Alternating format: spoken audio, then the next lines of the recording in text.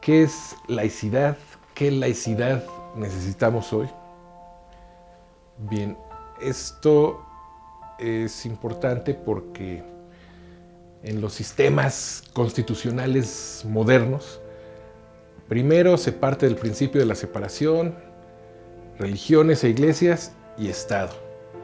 Cada persona tiene que ser autónoma en su propia ideología, en su propia mentalidad, y el Estado no está para decirnos qué ideología o qué mentalidad debemos tener. El Estado está para cubrir los derechos de todas las ideologías y de todas las mentalidades.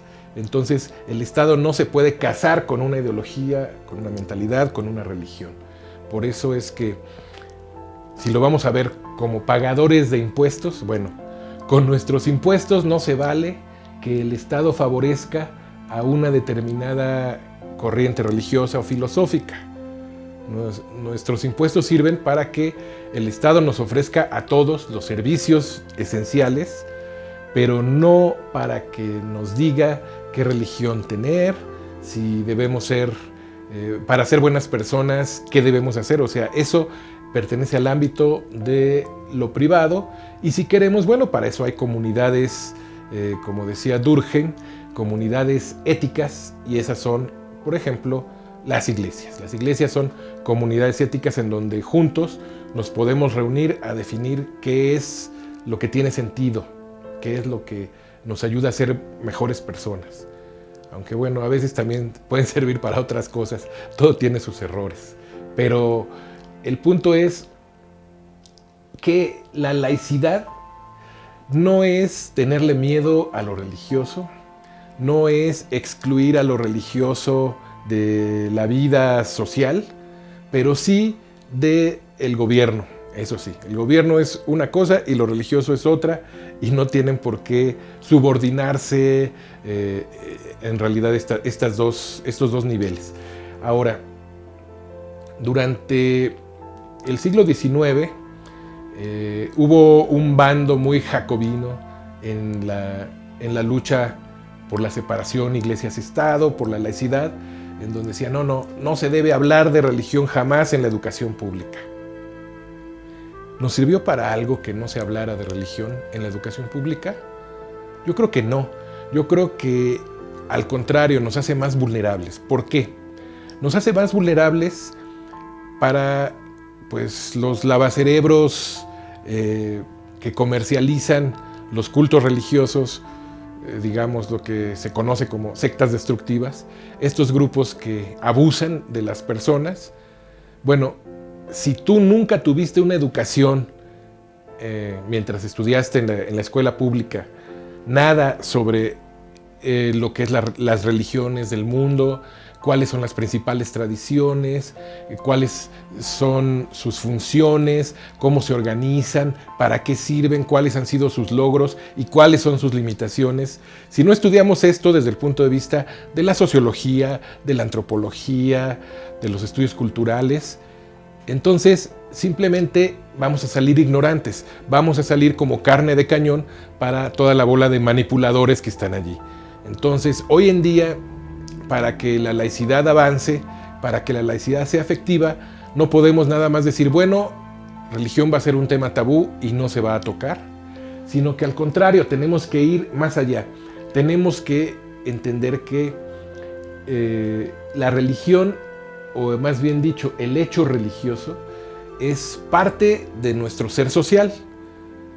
Aunque yo puede que no me quiera afiliar a ninguna iglesia, ni religión, ni nada de esto, de todas formas, los seres humanos tenemos una dimensión de religiosidad que vale la pena estudiar, vale la pena comprender históricamente, sociológicamente, y vale la pena como parte de nuestro ABC básico de formación ciudadana, pues entender lo que es el hecho religioso, lo que son las instituciones religiosas, lo que son los grupos religiosos, y bueno, hay una serie de mitos en lo religioso, ¿no? Por ejemplo, hay gente que dice, la religión más antigua es la mejor. Bueno, esto se pensaba inclusive en la antigüedad, ¿no?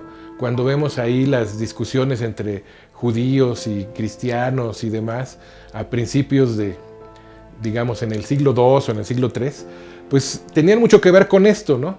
Tenían mucho que ver con decir, no, es que mi religión es la misma, igual de antigua que la tuya, nada más que yo ya me di cuenta de tal cosa. Pero nunca decían, mi religión es nueva, ¿no? Porque una religión nueva pues siempre produce sospechas. Entonces, bueno, lo importante no es si es nueva o si es vieja, lo importante es cómo se organiza, qué voz tienen sus miembros allí, qué tanto pueden opinar, qué tanto su opinión cuenta, o qué tanto solamente están allí para obedecer lo que diga un cierto jerarca. Bueno, los jerarcas, ¿para qué están? Los jerarcas están para orientarnos y darnos criterios que nosotros podemos tomar o están para acabar con nuestro criterio y para pensar por nosotros. Bueno, si los jerarcas van a pensar por nosotros, pues estamos muy mal, porque nadie puede pensar por nosotros. Esa es nuestra responsabilidad personal, es nuestra responsabilidad intransferible. Entonces, por eso es que en la formación ciudadana, donde nos dicen, bueno, nos rigen tales leyes, la Constitución es la ley fundamental que construye nuestro sistema político, vivimos en una democracia, en fin, cuando se habla de todo esto, también tenemos que entender qué es el hecho religioso, en qué condiciones se ha dado, cuáles son las últimas tendencias, qué tipo de grupos hay actualmente, y de esa manera, cuando los egresados de la educación pública salen a la calle, no van a estar nada más a la espera de que llegue cualquiera a inventarles cualquier cuento, sino que van a tener su propio criterio y ya van a tener alguna idea de lo que puede suceder. Ahora, ¿eso quiere decir que no van a ser engañados? Pues no. Nadie puede decir que ya nos educó 100% contra cualquier forma de engaño. Nuestra educación nos puede dar algo de método científico, algo de método heurístico, algo de método crítico y bueno, lo podemos usar más o menos en diferentes aspectos de nuestra vida, pero eso no es una garantía de que nadie nos va a engañar, pero por lo menos estamos dándole a la gente las herramientas para que construya y para que piense por sí misma en el ámbito de lo religioso, para que sea un consumidor responsable, porque bueno, en nuestra sociedad en donde todos somos mercancías y todo se compra y se vende, pues bueno, si por lo menos somos buenos consumidores, aunque quizás no todavía creadores, pero por lo menos sí buenos consumidores, pues entonces ya es un poco más difícil que nos vendan gato por liebre y que nos vengan a decir que obedecer ciegamente a cierta persona va a conseguirnos un pase directo a cierto paraíso, sino nos va a dar los elementos de esta educación para que podamos juzgar por nosotros mismos, para que podamos medir, para que podamos cuestionar y quizás, si bien no nos va a dar todas las respuestas, quizás sí nos ayude a hacernos algunas buenas preguntas.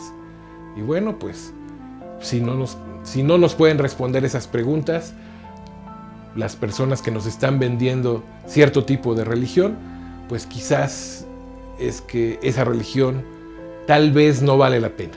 Entonces, pues bueno, la idea es que entonces la laicidad el día de hoy tiene que ser una laicidad que no tenga tabúes, que no diga, no hablemos de religión, sino que hablemos del hecho religioso. En las escuelas no se deben dar clases de ningún catecismo ni ningún adoctrinamiento.